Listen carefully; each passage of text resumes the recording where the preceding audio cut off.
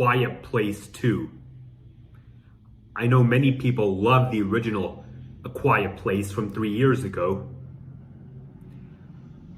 I'd say I liked it very much.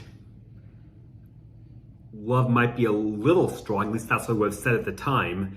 That's only because my expectations were so high, with it being a very critically acclaimed movie of my favorite type, claustrophobic, in my favorite genre, horror. Plus, I'm a fan of John Krasinski and Emily Blunt, definitely. But while the films, I'm going to use terminology I learned at a film class in college once, but while films' impact on me as a ride film was somewhat mitigated by how high my expectations were set, as a story film, it was stellar. It still stays with me years later. Now, although everyone who I've talked to personally about my blog says they wait until after they've seen the movie before watching or hearing reviews, even though I'm very careful about I'm still very careful about marking spoilers. However, that only applies to the movie in question. In this case, if you're watching my video about A Quiet Place 2, I'm going to assume you've seen the first one.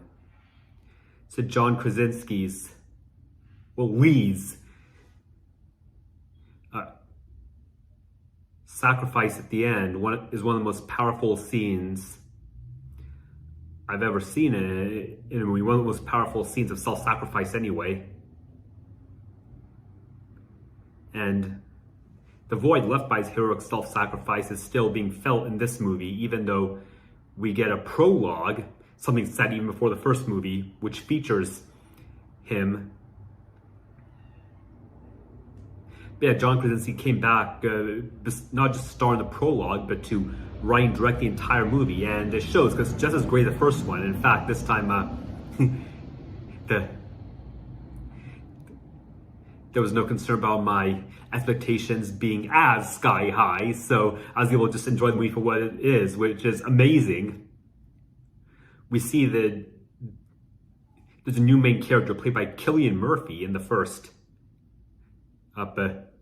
Big thing I've seen him in since Inception over a decade ago.